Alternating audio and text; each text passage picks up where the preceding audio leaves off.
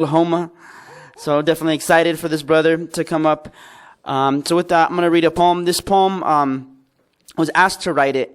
A good friend of mine, a strong woman in our community here in Denver, doing a lot of good work, told me about what happened with her ex-husband, and asked me to write a poem telling that story.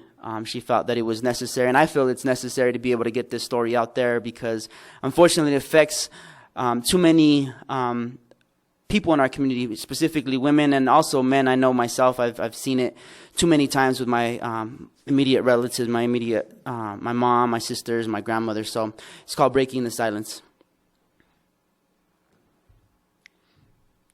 At first, I struggled how to start this story. A story so real and so close to home that you're prone to think it's your own, or at least that is someone you know. And it is, because the story of her and his is our story.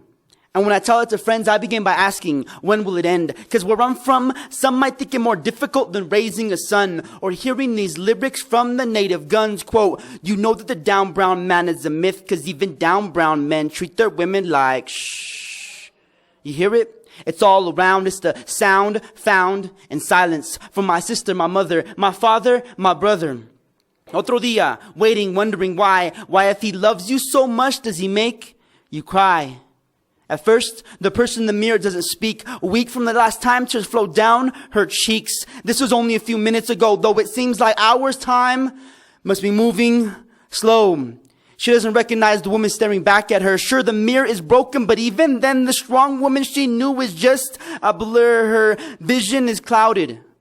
But not because the tears or the swollen eye denies what's happening to her, because she feels like she has nobody to whom she can confide. Why don't you tell somebody about the beatings you receive? The distorted image responds, but who would believe he's well respected in the community? Besides, think about his image that you need to protect.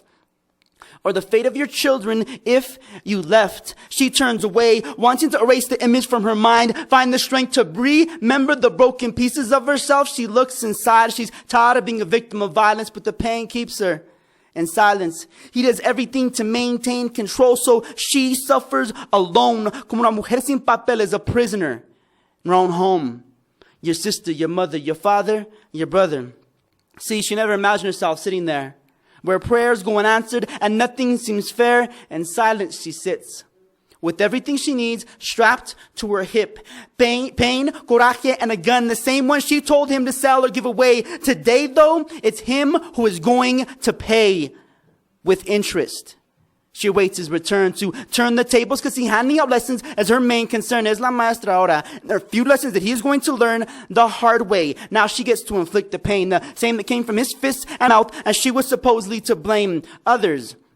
Even mujeres le dijeron, no hombre, así son los hombres. Then they asked, what did you do to deserve his wrath? She laughs, thinking about the so-called advice others gave, basically to treat him as if he was the master and she the slave. They blamed her, the victim. So she thinks that maybe they'll point that same finger from her point of view down the barrel of the gun at the soon-to-be victim, the so-called father of her daughter and son, his sister, his mother, his father, his brother.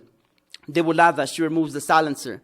Along with his power to silence her, see, he left her with no other choice. She puts down the gun and arms her voice. Now it appears in that same shattered mirror as una mujer con poder, unbroken with little to no fear in sus ojos. It's evident how she's changed. Exchanged the victim for Adelita, her thinking rearranged. Hour after hour, decide levantar su voz to reclaim her power. I will no longer be a victim of pain and strife. Knife of obsidian as my tongue. I'm going to take back my life for myself, mis hijos y mi pueblo. Voy a resistir y a gritar. With the help of my family and friends, voy a luchar.